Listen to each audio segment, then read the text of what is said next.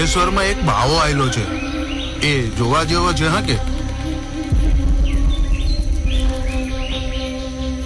અને એ તો એકદમ ભયાનક અને બેકાર જગ્યા છે પાછી. મસાણમાં ભૂત બાંધીને રાખી મૂકેલા છે. જો સોડી મેલું ને તો આ બાવો ઊભી પૂછડીએ ભાગે. પાંડુરંગ બી ખરા છે.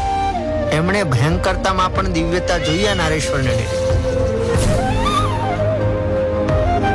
અરે એ સ્થાનને સાચી દિવ્યતા તો હવે મળી. જેમ ચુંબક લોખંડને આકર્ષે ને, એમ જ ભક્તો આ બ્રહ્મચારીથી આકર્ષાઈને નારેશ્વરના ડેરે આવશે.